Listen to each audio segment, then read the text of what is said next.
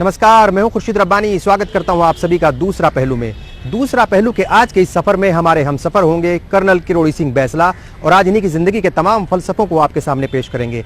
जानने की कोशिश करेंगे कि कब ये अध्यापक बने और अध्यापक से कैसे ये आर्मी के कर्नल बने और उसके बाद कैसे रिटायर हुए और फिर ये जन आंदोलन जिसे कहते हैं कि गुर्जर आंदोलन से ये कैसे जुड़ गए और बाद में सियासत में ये कैसे आए और अब इन तमाम चीज़ों से दूर रह करके इनकी ज़िंदगी कैसे चल रही है, कैसे अपनी दिनचर्या को गुजार रहे हैं और किन किन कामों के अंदर ये ज़्यादा दिलचस्पी रखते हैं। तो आइए शुरुआत करते हैं इस प्रोग्राम की जिसका नाम है दूसरा पहलू और देखते हैं कि कर्नल किरोड़ी सिंह की ज़िंदगी के कौन कौन से वो पहलू हैं जिन्हें आज तक आप और हम नहीं देख पाए।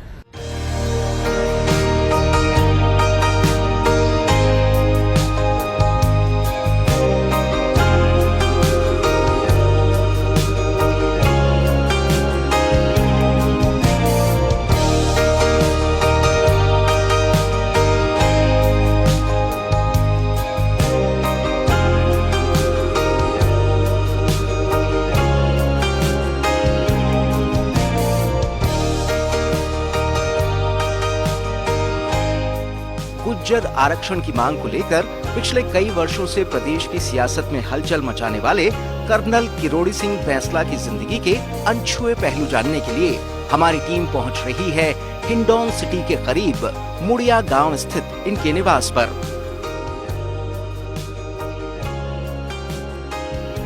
भारतीय फौज में कर्नल के ओहदे पर रह चुके किरोड़ी सिंह बैंसला के जीवन पर आर्मी की गहरी छाप है, जो इनके हाव भाव से लेकर बातचीत करने और काम करने के तौर तरीकों तक में साफ झलकती है। 12 सितंबर 1939 को मुड़िया गांव के एक साधारण परिवार में जन्मे किरोड़ी सिंह बैंसला की शुरुआती शिक्षा दीक्षा गांव में ही हुई, जबकि ग्रेजुएशन जयपुर के महाराजा कॉलेज से पूरी की। यही मेरा बचपन बीता। यहाँ जो मेरी प्रारंभिक शिक्षा थी वो यही एक हमारा स्कूल उन दोनों मंदिर में हुआ करता। उसके बाद मैंने मैट्रिक पास किया। मैं इंटरमीडिएट मैंने महारानी जया कॉलेज भरतपुर से किया, ग्रेजुएशन महाराजा जयपुर से किया। आज भी मुझे याद है, I hope it would not be out of place to mention, जब मैं महाराजाज में पढ़ता था कॉलेज में, मेरे पिताजी ने मुझे उस वक्त 16 सेर का घी का पीपा भर के दिया कि जा बेटा खा। Can you believe it? ऐसा किया मैं, ऐसी मेरी देखभाल हुई है। And they gave me good education, Maharaja's college में रहा, फिर वो अच्छे लोगों में रहा, पर I was all the time in the company of good students. पढ़ाई के बाद कुछ दिनों तक बतौर अध्यापक अपनी सेवाएं दी और इसके 6 महीने बाद ही वर्ष 1961 में ये भारतीय फौज में भर्ती हो गए और सरहद पर रहकर देश की रक्षा की। 34 वर्षों तक विभिन्न पदों पर फौज में रहने के बाद वर्ष 1995 में कर्नल के ओहदे पर रहते हुए आर्मी से रिटायर हुए। मैं टीचर रहा हायर सेकेंडरी स्कूल में 6 महीने के लिए, फिर मैंने छोड़ दी, आर्मी में चला गया।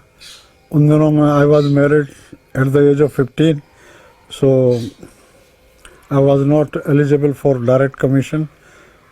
मैंने रैंक्स में ज्वाइन किया, वहाँ रहा, वहाँ से कमीशन प्राप्त किया और उसके बाद में मैंने नौकरी की, सर्विस की। और जब यहाँ आया मैं, तो जैसे मैंने आपको बताया मेरे 3 बच्चे हैं, 3 बेटे 1 बेटी है, तो उन्होंने कहा हमारे पास रहो। तो मेरी पत्नी और मैंने डिसाइड किया, हम दोनों ने, कि नहीं हम तो गाँव में रहेंगे। हम सीधे यहाँ आए, हम यहाँ रहे। वो सरपंच रही गांव में, उनका बहुत अच्छा रेपो था, बड़ी पॉपुलर थी वो। फिर हम ऐसे बात किया करते थे। ये बात तो मेरे मन में बहुत दिनों से थी, समाज के लिए कुछ करने की। देश की सेवा के बाद अब बारी थी समाज सेवा की। रिटायरमेंट के बाद फौरन ये समाज सेवा के कार्यों से जुड़ गए और खास तौर से अपने समाज यानी गुर्जर समाज के आर्थिक, सामाजिक, राजनैतिक और शैक्षणिक पिछड़ेपन को दूर करने की रणनीति बनाने में जुट गए। इसी कड़ी में इन्होंने सरकार से गुर्जर समाज को ओबीसी की बजाय एसटी कोटे में शामिल करने की मांग की।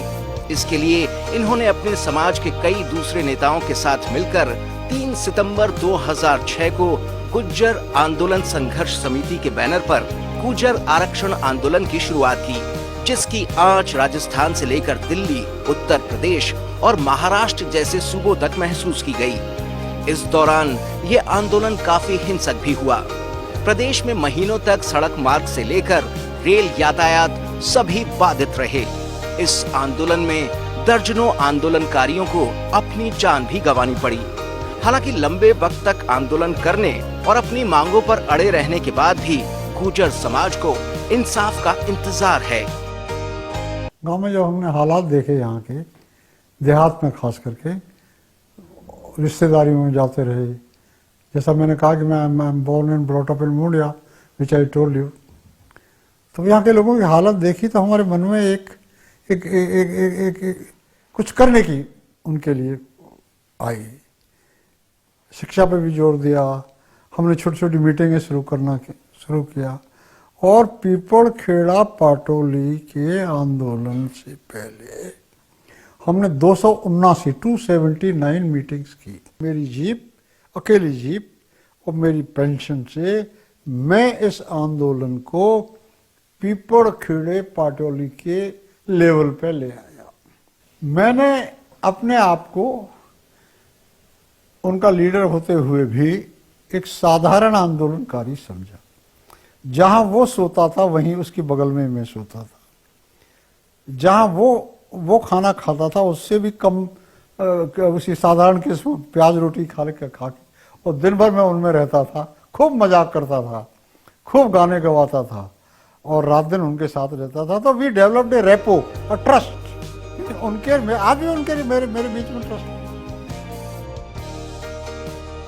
दूसरा पहलू में आज हमारे साथ हैं कर्नल किरोड़ी सिंह बैंसला। यहाँ पर वक्त हो गया है एक ब्रेक का, और ब्रेक के बाद जैसे ही हाजिर होंगे तो बताएंगे कि रिटायरमेंट के बाद इस फौजी की जिंदगी में कौन कौन से बदलाव आए और अब इनकी दिनचर्या कैसी है।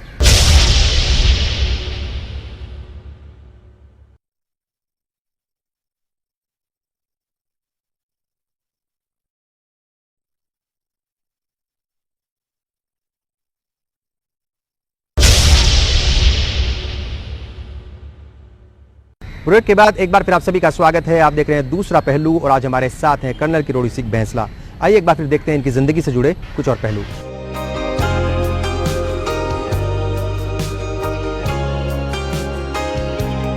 कर्नल किरोड़ी सिंह बैंसला तैयार होकर नाश्ता करते हैं और फिर निकल पड़ते हैं हिंडौन स्थित अपने निवास पर।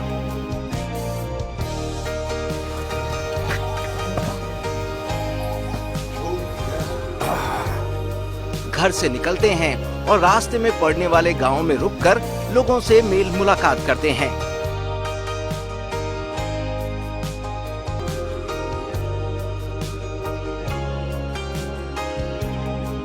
उनके साथ बैठकर खूब बातें करते हैं। इनके बचपन के कई दोस्त भी इनके साथ होते हैं। दोस्तों संग गप्पे हाँकते हुए आगे बढ़ते जाते हैं। कर्नल साहब भले ही सक्रिय राजनीति में ना हों, लेकिन क्षेत्र के लोगों में, विशेष तौर से इनके समाज के लोगों में ये खासे लोकप्रिय हैं। न सिर्फ इनके दोस्त बल्कि दूसरे लोग भी इनके कामकाज और इनके व्यक्तित्व की काफी तारीफ करते हैं।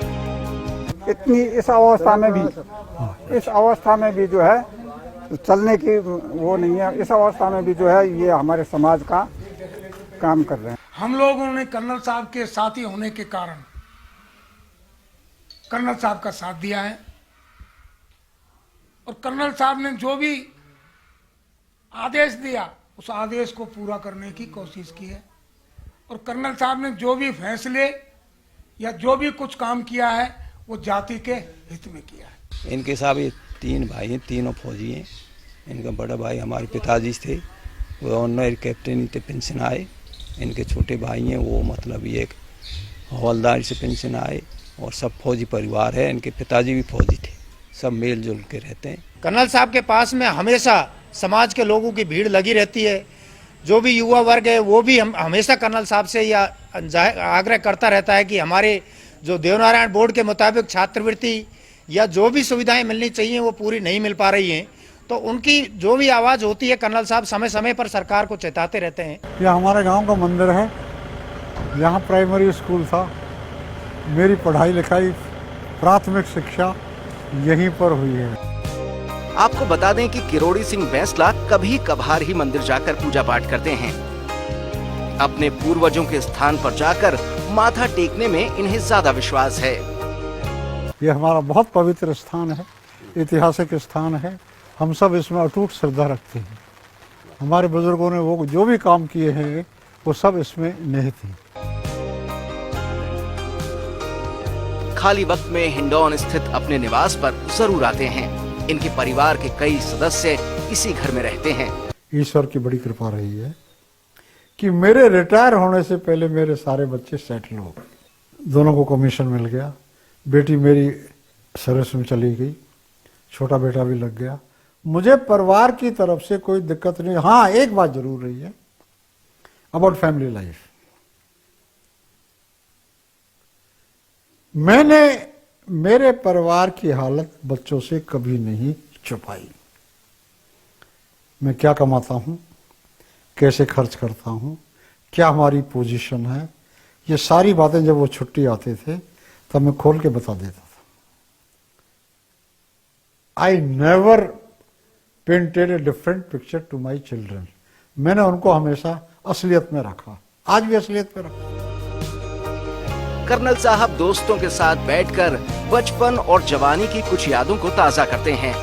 इस दौरान इनके दोस्त बताते हैं कि युवावस्था में कर्नल साहब बहुत शरारती थे। साथ ही कुश्ती लड़ने का भी इन्हें खासा शौक था।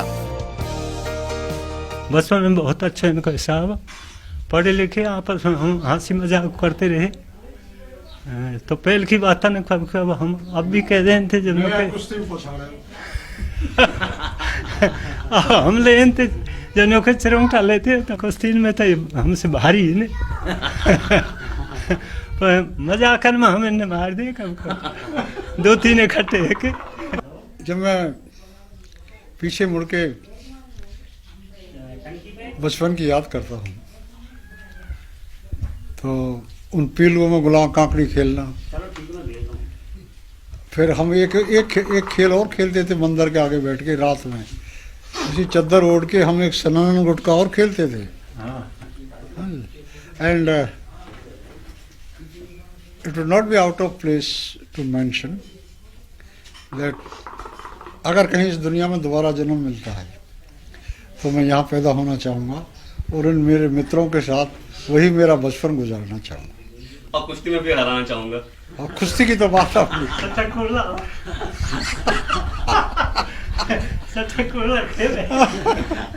वो मंदिर और था वो अथाई जहाँ देखी है हमने, वहाँ अक्सर हम लोग रहते थे। बहुत बढ़िया बचपन भी था। साधारण चीज़ें, साधारण दाल रोटी प्याज रोटी हम लोग खाते थे, समझे। और वो जमाना कुछ और ही था। जो उस जमाने की बात में मैं आपको बताऊं, सहृदय था, एक दूसरे के लिए आत्मीयता। अगर कोई एक आदमी उस वक्त बीमार पड़ जाता था तो सारा गांव वहां रात में आ जाता। वो जमाना ही कुछ और था। वैसे हमने एक दफे मूंगफली जरूर चुराई थी खेत में से। ये सब हमारे साथ के हैं। एक बहुत अच्छा समय गुजरा, याद रह जाती है और वक्त गुजर जाता है। फूल खिलता है, खिल के बिखर जाता है।